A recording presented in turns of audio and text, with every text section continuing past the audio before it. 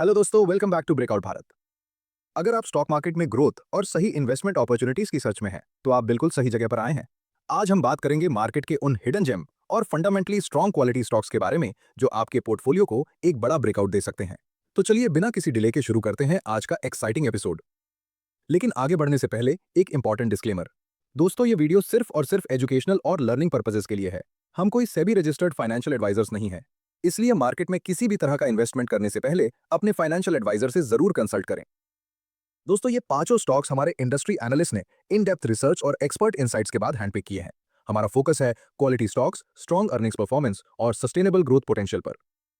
इनमें हम कवर करेंगे हेल्थ केयर, फार्मा, इंफ्रास्ट्रक्चर और मैन्युफैक्चरिंग, बैंकिंग और डायनामिक ग्रोथ सेक्टर्स को, ताकि आप smart and well informed investment decisions ले सकें। तो देखते हैं कौन सा स्टॉक है इस लिस्ट में सबसे पहले। इस लिस्ट में हमारा पहला स्टॉक है हेल्थ केयर सेक्टर का absolute giant Apollo hospitals enterprise. Prabhudas Lilladher ने इस पर बाई की रेटिंग दी है, जिसका टारगेट प्राइस रखा है 9,350 रुपीज, यानी करंट प्राइस से पूरे 13.2% का सॉलिड अपसाइड पोटेंशियल। अगर क्वार्टर 4 FY26 के परफॉर्मेंस हाइलाइट्स की बात करें, तो कंपनी की रेवेन्यू 17.6% पिछले साल के कंपैरिजन में बढ़ी है, जिसका मेन रीजन है better occupancy, improved health care segments और कैपेसिटी एक्सपेंशन। नेट प्रॉफिट तो और भी अमेजिंग रहा, पूरे 35.9% पिछले साल के कंपैरिजन में की ग्रोथ। ये ग्रोथ कॉम्प्लेक्स और हाई मार्जिन प्रोसीजर्स की बढ़ती डिमांड और बेटर प्राइसिंग की वजह से आई है। ईबिड्डा मार्जिन भी इंप्रूव हो रहा है, क्योंकि अपोलो हेल्थ को और डिजिटल बिजनेस अब ईबिड्डा ब्रेक इवन की तरफ तेजी से मूव कर रहे हैं। कुछ की हाइलाइट्स को देखें। अपोलो ने हेल्थ को यानी अपने डायग्नोस्टिक्स आर्म का स्टेक सेल किया है एडवेंट को, और इसका मर्जर किया है फार्मा डिस्ट्रीब्यूटर के आईमेड के साथ। इससे एक इंटीग्रेटेड फार्मेसी और डिजिटल हेल्थ प्लेटफॉर्म बन रहा है। साथ ही वैल्यू अनलॉक करने के लिए इन्होंने 24/7 ऑमनी चैनल फार्मेसी और टेली हेल्थ बिजनेस को डीमर्ज किया है अपोलो हेल्थ टेक के नाम से, जो एक न्यूली लिस्टेड एंटिटी होगी। एक्सपेंशन की बात करें तो FY27 में कंपनी 1980 करोड़ रुपीस का कैपेक्स करने वाली है, ताकि लगभग 1000 बेड्स और ऐड किए जा सकें। एनालिस्ट बिलीव करते हैं कि FY27 और 28 के दौरान कंपनी का रेवेन्यू CAGR 15.8% और EBITDA CAGR 25% रह सकता है, जो इस स्टॉक को एक आउटस्टैंडिंग लॉन्ग टर्म अपॉर्चुनिटी बनाता है। चलिए अब अपोलो हॉस्पिटल्स के क्वार्टर 4 FY26 के फाइनेंशियल मेट्रिक्स को डिटेल में समझते हैं। ओवरऑल कंसोलिडेटेड रेवेन्यू 18 सेंट से ग्रो होकर 66,055 मिलियन रुपीस हो चुका है, जो पिछले साल इसी क्वार्टर में 55,922 मिलियन रुपीस था। EBITDA 31% से बढ़कर 10,109 मिलियन रुपीस पहुंच गया है, और कंसोलिडेटेड प्रॉफिट आफ्टर टैक्स यानी PAT में 36% की सॉलिड ग्रोथ देखी गई है, जो अब 5,292 मिलियन रुपीस हो चुका है। सेगमेंट वाइज देखें तो हेल्थ केयर सर्विसेज का रेवेन्यू 32,678 मिलियन रुपीस रहा, और इसका EBITDA मार्जिन एकदम स्ट्रॉन्ग 23.9% रहा। डायग्नोस्टिक्स और रिटेल हेल्थ का रेवेन्यू 4,895 मिलियन रुपीस रहा, जिसमें EBITDA मार्जिन 15.3% रहा। वहीं डिजिटल हेल्थ और फार्मेसी डिस्ट्रीब्यूशन ने 28,482 मिलियन रुपीस जनरेट किए। एक और बड़ी और पॉजिटिव खबर, कंपनी ने FY26 में 4 नए हॉस्पिटल्स कमीशन किए हैं। पुणे में फेज 1 एंड 2 के अंदर 75 बेड्स कमीशन हुए, सनारपुर कोलकाता में 25 बेड्स, गाचीबोवली हैदराबाद में 55 बेड्स और डिफेंस कॉलोनी दिल्ली में 30 बेड्स, यानी टोटल 185 बेड्स कमीशन हो चुके हैं। इनका टोटल प्रोजेक्ट कॉस्ट 1,590 करोड़ रुपए है, जिसमें से अभी 400 करोड़ रुपए स्पेंड होना बाकी है। ये एक्सपेंशन आने वाले क्वार्टर्स में रेवेन्यू को और बूस्ट करेगा। अब बात करते हैं पूरे साल के फाइनेंशियल्स और डेट स्टेटस की। पूरे FY26 में ओवरऑल कंसोलिडेटेड रेवेन्यू 16% से ग्रो होकर 2,52,285 मिलियन रुपीस रहा। फुल ईयर EBITDA 25% बढ़कर 37,693 मिलियन रुपीस हो चुका है, और कंसोलिडेटेड PAT 34% की मैसिव जंप के साथ 19,415 मिलियन रुपीस पहुंच गया है। अगर हम बैलेंस शीट और डेट प्रोफाइल को दें, तो हेल्थ केयर सर्विसेज का ग्रॉस डेट 25,127 मिलियन रुपीस है, लेकिन उनके पास 21,431 million rupees cash and cash equivalents भी हैं, जिसकी वजह से इनका net debt as 3,695 million rupees है। हेल्थ को का नेट डेट 2,935 मिलियन रुपीस और AHLL का नेट डेट 2,029 मिलियन रुपीस है। पूरी कंपनी का consolidated gross debt 32,015 million rupees है, लेकिन हेवी कैश रिजर्व्स के बाद कंसोलिडेटेड नेट डेट सिर्फ 8,659 मिलियन रुपीस है। बैलेंस शीट एकदम हेल्दी और स्टेबल है, जो अगले एक्सपेंशन फेज को इजीली सपोर्ट करेगी। चलिए अब थोड़ा वैल्यूएशन और ऑपरेशनल रेशियोज पर फोकस करते हैं। अपोलो हॉस्पिटल्स का total market capitalisation 1,18,733 crore rupees है, और इसका करंट स्टॉक प्राइस लगभग 8,258 रुपीस चल रहा है। स्टॉक का पीई रेशियो थोड़ा हाई साइड पर है, 60.7 जो इंडस्ट्री प्रीमियम को शो करता है। इंडस्ट्री पीई 46.8 है। लेकिन बिजनेस की एफिशिएंसी देखिए, आरओसी 17.9% है और आरओई एकदम प्रीमियम 22.1% पर है। फेस वैल्यू ₹5 है, ईपीएस ₹135 है और बुक वैल्यू ₹659 है। प्राइस टू बुक वैल्यू यानी पीबीवी 12.5 है। कंपनी पर टोटल डेट 8,499 करोड़ रुपए है और डेट टू इक्विटी रेशियो 0.90 है, जो capital intensive health care business के लिए नॉर्मल है। प्रमोटर्स की होल्डिंग 28.0% है। ओवरऑल कंपनी के प्रीमियम वैल्यूएशंस इसके स्ट्रॉन्ग ब्रांड डोमिनेंस और heavy health care delivery expansion roadmap को जस्टिफाई करते हैं। चलिए बढ़ते हैं हमारे दूसरे पिक की तरफ, जो बिल्डिंग मटेरियल्स और पाइपिंग सेक्टर का लीडर है, एस्ट्रल लिमिटेड। आईडीबीआई कैपिटल ने एस्ट्रल पर बाई की रेटिंग दी है और टारगेट प्राइस सेट किया है 1714 रुपीज, यानी 8.6% का पोटेंशियल अपसाइड। एस्ट्रल का Q4 FY26 का परफॉर्मेंस बहुत ही सॉलिड रहा है। रेवेन्यू 24.2% पिछले साल के कंपैरिजन में बढ़ी है, जो कोर पाइपिंग बिजनेस और एक्सपैंडिंग पेंट सेगमेंट में हेल्दी वॉल्यूम ग्रोथ की वजह से है। नेट प्रॉफिट भी 19.6% पिछले साल के कंपैरिजन में से ग्रो हुआ है, जिसे रेवेन्यू ग्रोथ, ऑपरेटिंग लेवरेज और प्रोडक्ट मिक्स ने सपोर्ट किया।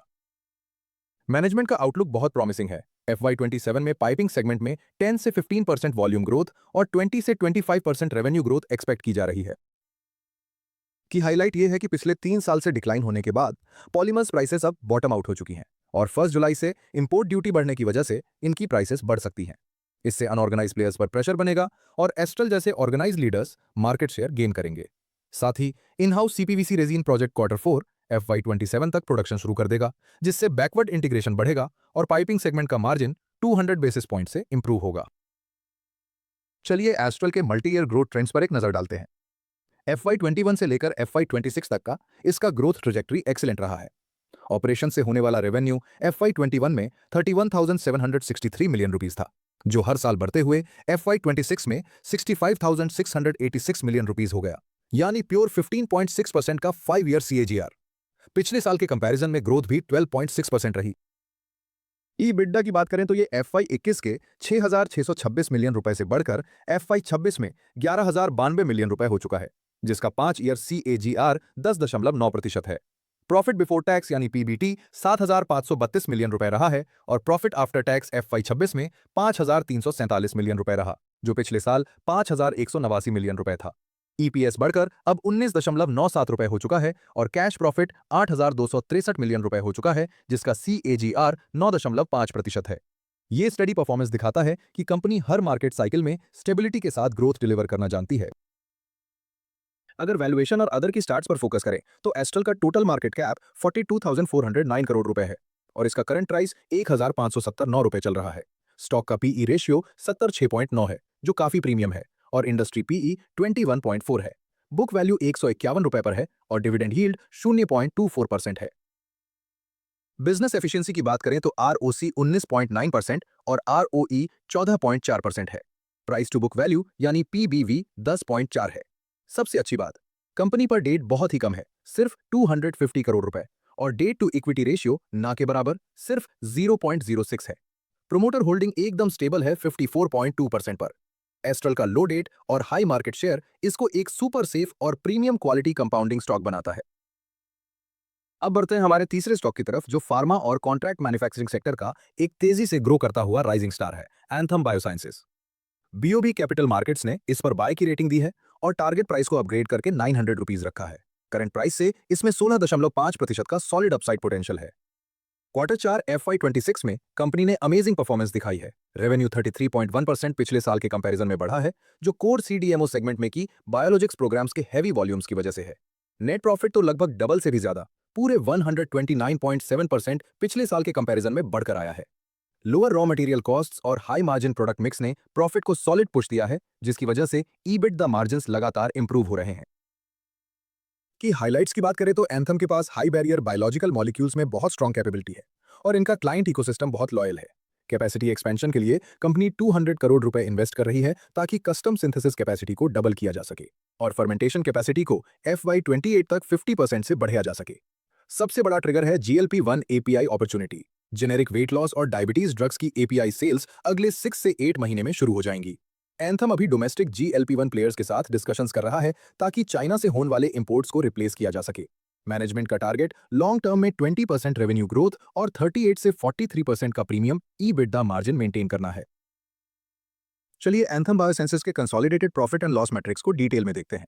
क्वार्टर 4 FY26 में ऑपरेशन से टोटल रेवेन्यू 6,109 मिलियन रुपीस रहा, जो पिछले साल के क्वार्टर 4 में 4,832 मिलियन रुपीस था, यानी 26.4% की जंप। इसमें सीआरडीएमओ बिजनेस ने 5,128 मिलियन रुपए कंट्रीब्यूट किया और स्पेशलिटी इंग्रेडिएंट्स ने 981 मिलियन रुपए। पिछले क्वार्टर के कंपैरिजन में रेवेन्यू पूरे 44.4% बढ़ा है।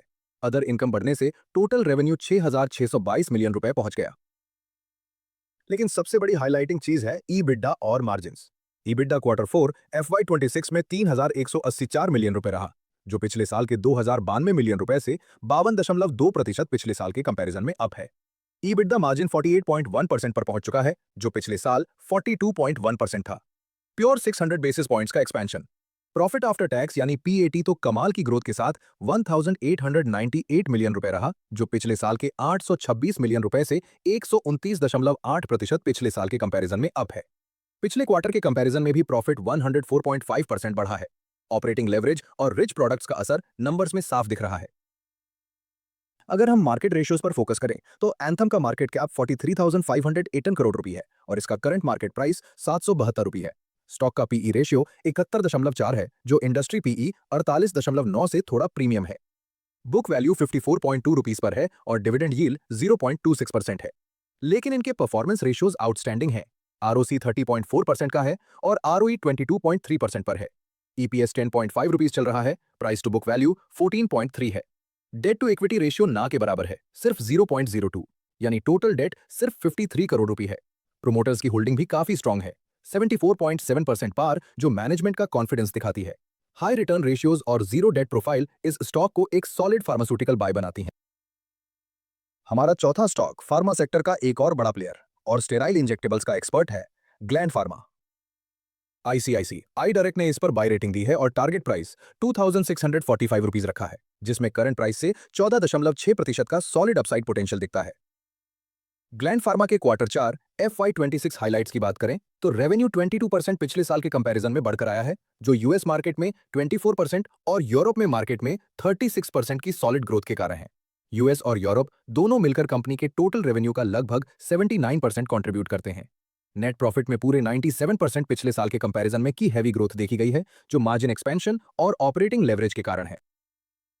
हल्का सा negative impact middle east shipping disruptions की वजह से हुआ, जिससे सऊदी अरब के शिपमेंट्स थोड़े डिले हुए, पर इसका लॉन्ग टर्म ग्रोथ पर कोई असर नहीं होगा। कैपेसिटी एक्सपेंशन के लिए कंपनी अगले 5 साल में 2,000 करोड़ रुपए का कैपेक्स इन्वेस्ट करेगी, जो ophthalmic drugs, specialty injectables, sterile manufacturing और सीडीएमओ बिजनेस को स्केल अप करेगा। कंपनी आने वाले 4 साल तक लगभग 15% रेवेन्यू ग्रोथ का टारगेट रख रही है, जिसमें FY29 में कॉम्प्लेक्स मॉलिक्यूल्स लॉन्च होने पर बड़ा जंप मिलेगा। रेवेन्यू CAGR 15% और नेट प्रॉफिट CAGR 25% एक्सपेक्ट किया जा रहा है FY27 और 28 के दौरान। चलिए अब ग्लैंड फार्मा के P&L स्टैट्स पर एक बार ध्यान देते हैं। ऑपरेशन से रेवेन्यू क्वार्टर 4 FY26 में 17,428 मिलियन रुपीस रहा, जो पिछले साल के क्वार्टर 4 में 14,249 मिलियन रुपीस था, यानी 22% ग्रोथ। टोटल इनकम 18,543 मिलियन रुपए रही। ग्रॉस प्रॉफिट 11,515 मिलियन रुपए रहा, जिसमें ग्रॉस मार्जिन एकदम कंसिस्टेंट 66% बना हुआ है। ईबिटडा के फ्रंट पर कंपनी ने 5,130 मिलियन रुपीस रिपोर्टिंग की है, जो 48% पिछले साल के कंपैरिजन में बढ़ा है और ईबिटडा मार्जिन 29% पर पहुंच गया, जो पिछले साल सिर्फ 24% था।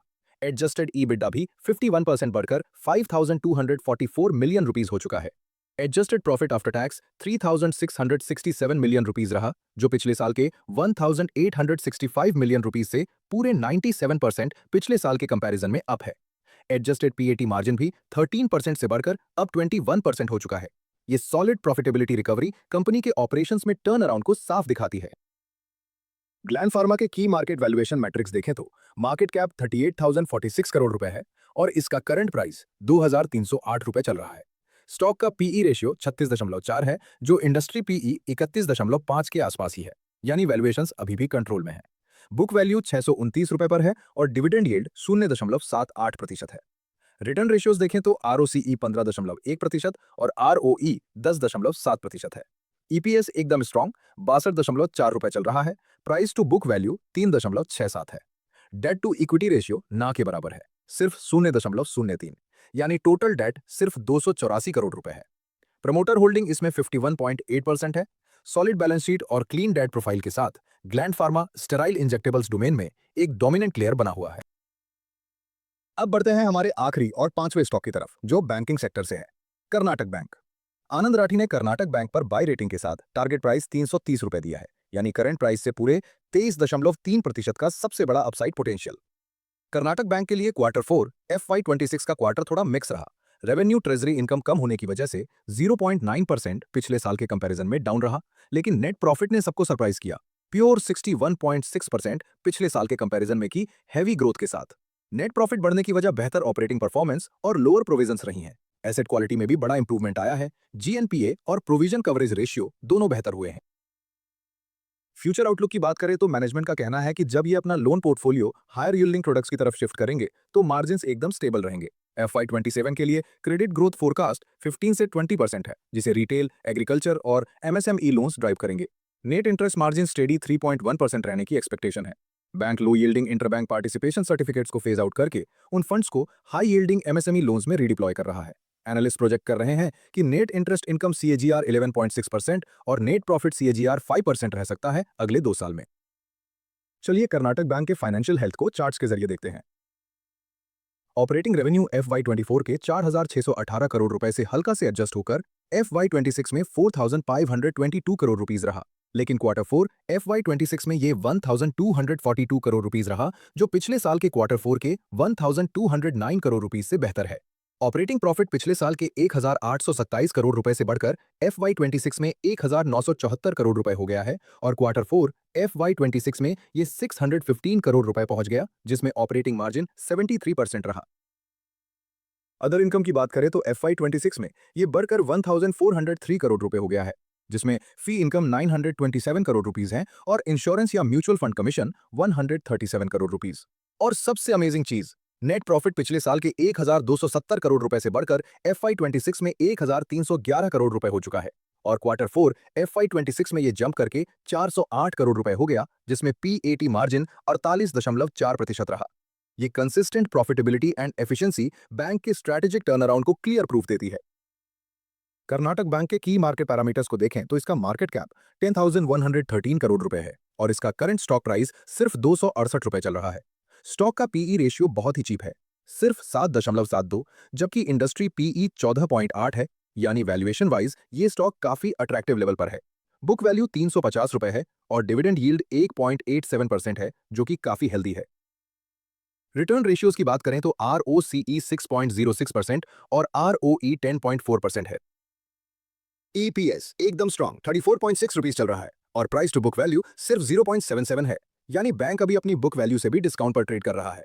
बैंक पर total date deposits and borrowings मिलाकर 1,14,106 करोड़ रुपीस हैं और डेट टू इक्विटी रेशियो 8.63 है, जो बैंकिंग बिजनेस के लिए परफेक्टली नॉर्मल है। प्रमोटर होल्डिंग 0.00% है, क्योंकि ये एक वाइडली होल्ड पब्लिक बैंक है। लो पीई और डिस्काउंट टू बुक वैल्यूएशन इस बैंक को एक काफी अट्रैक्टिव वैल्यू प्ले बनाते हैं। तो दोस्तों चलिए एक क्विक रिकैप करते हैं इन टॉप 5 स्टॉक्स का, जिन्हें हमने आज डिटेल में कवर किया। 1. Apollo hospitals enterprise, target price 9,350 rupees, 13.2% upside. Strategic demerger और 1,000 बेड्स ऐड करने के कैपेक्स से इसमें सॉलिड ग्रोथ ट्रिगर है। 2. Astral limited, target price 1,714 rupees, 8.6% upside. Polymer prices bottoming out और in house CPVC resin project से मार्जिन्स 200 बेसिस पॉइंट्स इंप्रूव होने वाले हैं। 3. Anthem biosciences, target price 900 rupees, 16.5% upside. Capacity expansion और GLP-1 weight loss API opportunity से बड़ा trigger मिलेगा। 4. Gland pharma, target price 2,645 रुपए, 14.6% अपसाइड। US और यूरोप में मार्केट्स में स्ट्रॉन्ग ट्रैक्शन और 2,000 करोड़ रुपीस के कैपेक्स प्लान से बिजनेस स्केल अप होगा। 5. Karnataka bank, target price 330 rupees, 23.3% upside. 15 से 20% क्रेडिट ग्रोथ फोरकास्ट और एक्सट्रीमली चीप वैल्यूएशन प्ले इसको अट्रैक्टिव बनाता है। ये पांचों स्टॉक्स फंडामेंटली रोबस्ट हैं और आने वाले टाइम में आपको सॉलिड रिटर्न्स दे सकते हैं। दोस्तों उम्मीद है आपको आज की एनालिसिस और ये टॉप स्टॉक बाय पिक्स पसंद आए होंगे। अगर आपको ये वीडियो हेल्पफुल लगा हो तो प्लीज हमें सपोर्ट करें, वीडियो को लाइक करें, अपने फ्रेंड्स के साथ शेयर करें और चैनल को सब्सक्राइब करना बिल्कुल ना भूलें।